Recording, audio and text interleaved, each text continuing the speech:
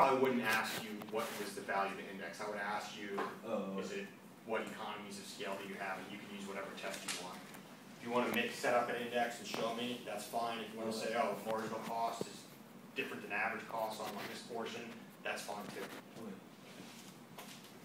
That was your question? Yeah, how's it? Okay. All right, let me open another one. I'll give you guys some hints on number 2. Well, the solutions are up, but I'll give you hints anyway.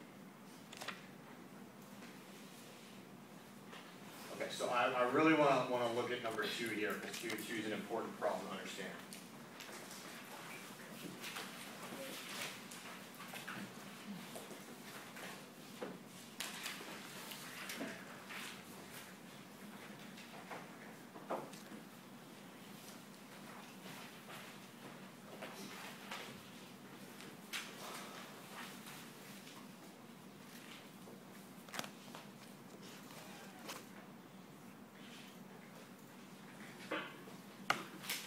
So in number 2, we're selling one product in 2 different markets, and instead of giving you concrete demand curves, I throw this parameter in one of them, it's theta, which is between 0 and 1. The first consumer type, what does his demand curve look like? Type 1.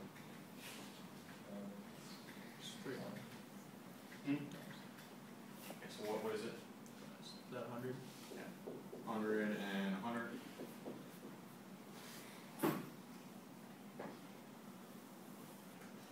And now, notice, so if P is 0, then quantity demanded for first type is 100. If P is 0 over here, what's quantity demanded for type 2?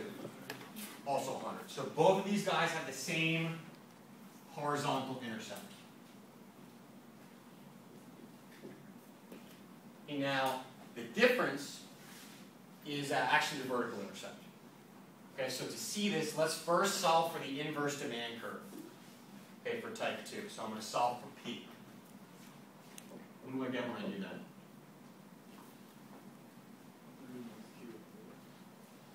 Again? 100 minus Q. It's 100 over theta minus Q2 over theta.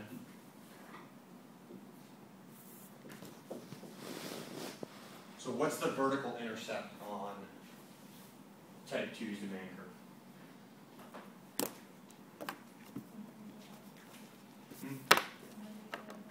Right, the vertical intercept is 100 divided by theta. Does everybody see that?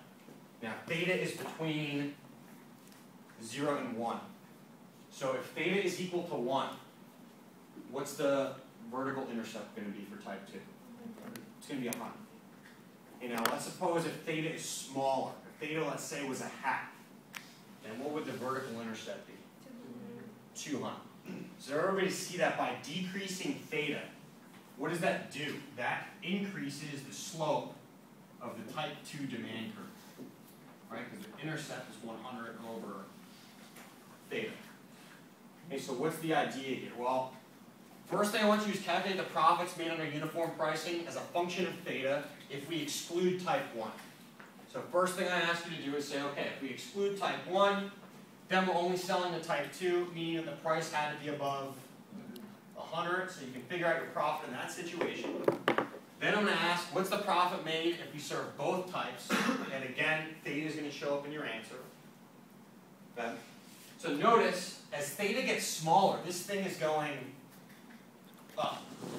And what I ask you to do in part C is I ask you to give me a cutoff level on theta. How high does the second guy's demand curve have to be up here in order for me to not care at all about serving the first type? Okay? Is everybody clear about that? So and normally most of the problems we deal with, this is not moving around, but this is a different way I could ask a uniform pricing question.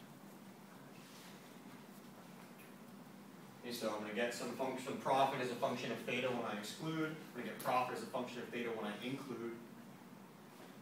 Right, and then I want to figure out for what values of theta is A more profitable strategy than B. Okay, how much does the type 2 consumer have to be greater than the type 1 consumer in order for us to want to just not serve the type 1 concern. Is everybody clear about that? Now, the next one I wanted to go through was number 3 here. And 3 is a little trickier mathematically. Right, our cost function is very straightforward. C is equal to 12Q, which means marginal cost is it's constant equal to 12. Right now, the trick in this problem is the demand curves. The demand curves are not linear. They're not straight lines. Okay? So I would recommend getting a graphing calculator and graph them and see what they look like. Now, in part A, I ask you to find the own price elasticity of demand for both markets. So you should be able to use that formula I gave you, P over Q over the slope. Now keep in mind, if the demand function is nonlinear, and the slope is changing. So it's not going to be some constant number. You're going to have to take a derivative of the demand curve, of the inverse demand curve actually, to figure out the slope expression. All right, B, it says calculate the optimal linear price for the monopolist. Okay, so again, it's a uniform price. The weird thing to notice about these demand curves is that there is no vertical intercept. Okay, meaning it is not possible in this problem to exclude anybody by charging a very high price. Okay, so that should make your life a little bit easier in part B. Now C, I say calculate the third-degree prices using your results from A, assuming arbitrage is not possible. Okay, now third degree we know, we can just set marginal revenue, we go to marginal cost in each of those markets. However, due to the nature of the demand functions, it becomes a very highly nonlinear problem. You have to, wind up using a graphing calculator and solving a quadratic expression to figure out the third-degree prices.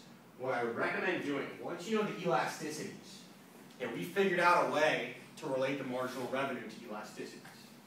And if you know marginal revenue equals marginal cost, which is 12, you can plug in those elasticities, plug in the marginal cost, and solve for the price using that relationship. They have elasticities and marginal revenue. And D, calculate the total deadweight loss. We're moving from uniform to third degree, so all we do is we calculate deadweight loss in both situations, in both markets, and look at how that changed. Again, in part D here, since the demand curves are nonlinear, I cannot use the triangle formula to identify deadweight loss triangles, so you're actually going to have to integrate to do this part. And integration is very straightforward. I made it so you only have to use the power rule backwards. Okay, so instead of taking the exponent and bringing it down and bringing the exponent up, do the opposite. And again, if you have trouble with this, just take a look at my solutions. Unfortunately, I think I might have made a typo in part of the solution. One of the decimal points is off, so if you see something weird in there happen, that's probably what it is. Let me know, I'll fix it. Number 4 is probably the most important problem for you guys to know, because this